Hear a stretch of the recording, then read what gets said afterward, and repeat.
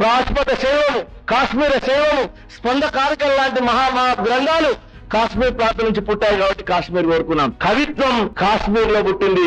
కాళిదాసు లాంటి మహాకవి కాశ్మీర్ లో పుట్టాడు కాబట్టి కాశ్మీర్ మనదని కోరుకున్నాం. సౌందర్యం కాశ్మీర్ లో పుట్టింది.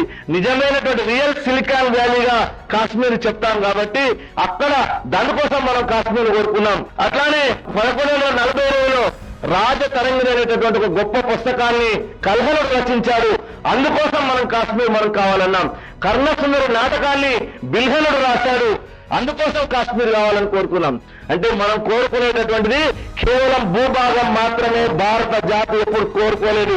సాంస్కృతిక సంపద, సాహిత్యం మన విలువలుగా మనం భావించాం కాబట్టి ఆ భూమి పట్ల మన జాతి అందరికీ కాశ్మీర్ టు కన్యాకుమారి, హఠక్ నుంచి కటక్ వరకు అందరికీ అట్లాంటి ఒక అభిమానం ఆ భూమి పైన ఏర్పడింది. ఆ ఏర్పడడానికి మూల కారణం ఏంటంటే మనకు ఉండేటటువంటి కల్చరు, సాహిత్యము, మనకు కావాల్సినటువంటి శక్తినిచ్చేటటువంటి, చైతన్యం ఇచ్చేటటువంటి తత్వం అంతా కాశ్మీర్ తో ముడిపడి ఉంది కాబట్టి ఆ సాంస్కృతిక, ఆ సాహిత్య సంపదల వారసత్వాన్ని మనం కోరుకున్నాం. కాబట్టి వేల మంది సైనికులను మనం పోగొట్టుకున్నాం, వేల మంది పౌరులను పోగొట్టుకుని దాన్ని నిరంతరం కాపాడుతూ వస్తూ ఉన్నాం. ఇది మనకు మన దేశంలో ఉండేటటువంటి సాంస్కృతిక జీవజాలం మనకు అంతర్గతంగా ఉండేటటువంటిది.